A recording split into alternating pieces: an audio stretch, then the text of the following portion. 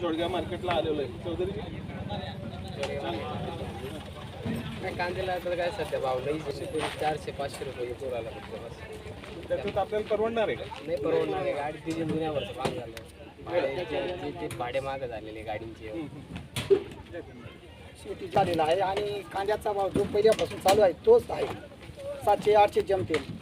सरासरी आपल्याला भाव 2700-2800 3,000 नंतरी पाहिजे भाव आपल्याला. 3,000 मिळाल्यावर काय होईल? आपू या ना. जर मजुरीचं जर प्रमाण जर 300-400 रुपये मजूर रोज कमवतात आणि भांडवल आपल्याला तिथं सरासरी 1700-1800 रुपये असं एकूण क्विंटलला भांडवल लागून जातं. तर शेतकऱ्याला काय राहते?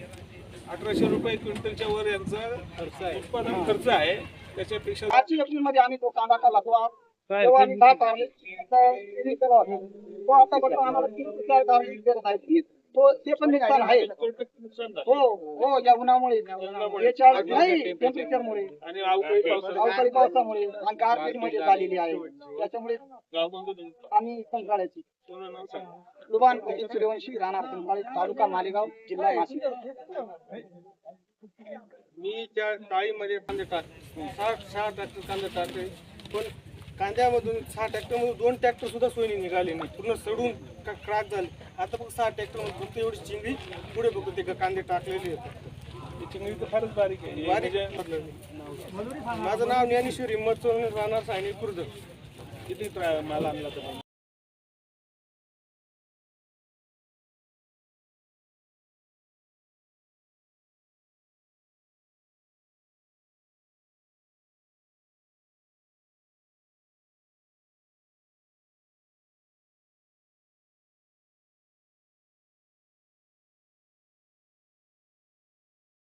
असं दिसत असलं तरी हे उत्पन्न बाधित झालेले आहे गारपिटीनं आणि अवकाळी पावसानं. आणि ही बाब विचारात घेऊन त्यांना पीक विमा देण्यात यावा असं आम्ही त्यांच्याशी पत्रव्यवहार करणार आहोत. तोही लागलीच करणार आहोत. आणि ज्या शेतकऱ्यांनी पीक विमा काढलेला नाही परंतु त्यांचं 100% नुकसान झालंय त्यांना विशेष अनुदान द्यावं ही आपली मागणी ही देखील तातडीने आम्ही शासनाला कळवणार आहोत. अशा पद्धतीनं ज्या बाबी आमच्या हातातल्या आहेत त्या आम्ही करणार आहोत. ज्या बाबी शासन स्तरावरच्या आहेत त्या शासनाला कळवल्या जातील आणि ज्या बाबी पीक विमा कंपनीशी संबंधित आहे त्या पीक विमा कंपनीशी संवाद साधून आणि त्यांना पत्रव्यवहार करून त्याबाबत सकारात्मक कृती करण्याचं आवाहन केलं जाईल असं मी आपल्या सर्वांना सांगतो आहे. आणि हेच मी लेखी दिलेलं आहे. उपोषण या विविध योजनांचा स्टॉक महाराष्ट्र शासनाचं स्वतःचं असं काही धोरण आहे का ते कांदा महामंडळाकडून स्वतः खरेदी करावी? माननीय केशव सुरेश यांनी हे 2 दिवसापासून उपोषण केलेले आहे. त्यांच्या म्हणण्यानुसार बागलाण तालुक्याचे जे मुंजवाड महसूल मंडळ आहे तर ह्या मुंजवाड महसूल मंडळ म्हणजे थोडक्यात बागलाण तालुक्यात मार्च महिन्यात आणि मार्चच्या शेवटच्या आठवड्यात आणि एप्रिल महिन्यात या 2 महिन्यात अवकाळी पाऊस आणि गारपीटमुळे मोठ्या प्रमाणात शेती पिकाचं नुकसान झालं आहे.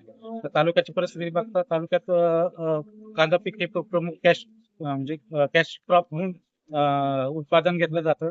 तर हा शेतकऱ्याचा आर्थिक अनाच आहे आणि ह्या अवकाळी पावसामुळे गारपिटीमुळे नक्कीच शेतकऱ्याचं नुकसान झालेलं आहे. त्या सदरच्या नुकसानीच्या बाबत वेळोवेळी नुकसानीबाबतचे पंचनामे करण्यातून सदरच्या नुकसानीबाबत भरपाईबाबत शासनाचा अहवाल पाठवलेलाच आहे. त्याच्यानंतर सर 18 पीक कापणी कमिटी तयार करून सदरच्या पीक कापणी विभागाची वस्तुनिष्ठ तपासणी करून त्याचा अहवाल शासनामार्फत पीक विमा कंपनीस पाठवण्यात येतील आणि सुधारित अहवालानुसार संबंधित विमाधारक शेतकरी जे आहेत त्यांना विमा मिळण्याबाबतची योग्य ती कारवाई तालुका स्तरावरून माननीय तहसीलदार साहेब तालुका तक्रार निवारण समितीचे जे अध्यक्ष आहेत त्यांच्या मार्फत पाठपुरावा करण्याबाबत कारवाई नक्कीच सुरू करून शेतकऱ्यांना यापासून लाभ मिळवून देण्यासाठी शासन प्रयत्न करतो.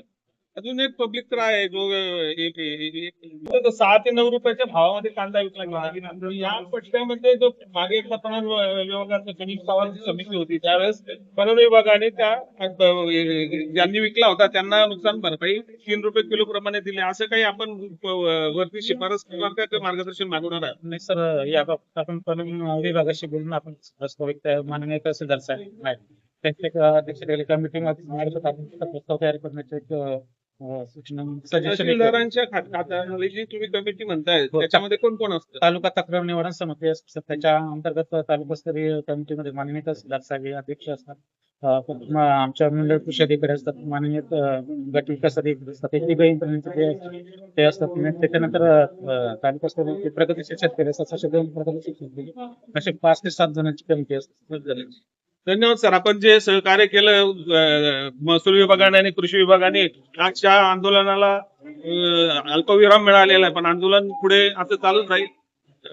मोरे साहेबांचे बरेच व्यंगचित्र ह्या आंदोलनाला जिवंत ठेवण्यासाठी, जिवंतपणा आणण्यासाठी सातत्याने चालू होते सर्वांसाठी. नमस्कार. आंदोलन जरी आज स्थगित झाले असेल, कांद्याच्या भावाकडे लक्ष ठेवा.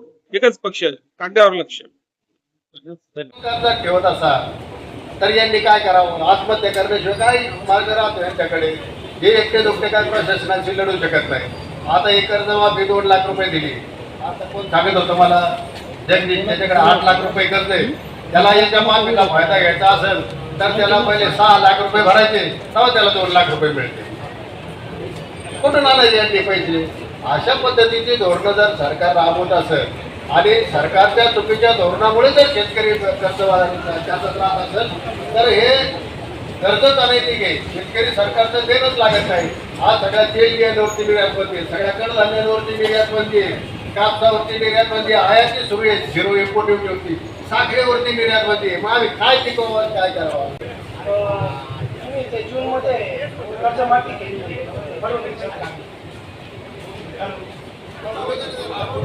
फडणवीस सरकारने जूनमध्ये कर्जमाफी केली होती. अजून का झाली? ती झाली तर चालली, पण आमच्या कांद्याला भाव वाढत नाही. स्टेटमेंट आलेलं आहे की आता निवडणुका लागल्या, निवडणूक आयोगाने आम्हाला जाहीर करायला नाही सांगितलं.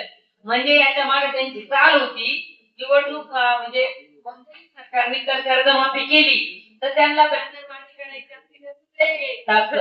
ऑलरेडी ते मंजूर झालेलं आहे.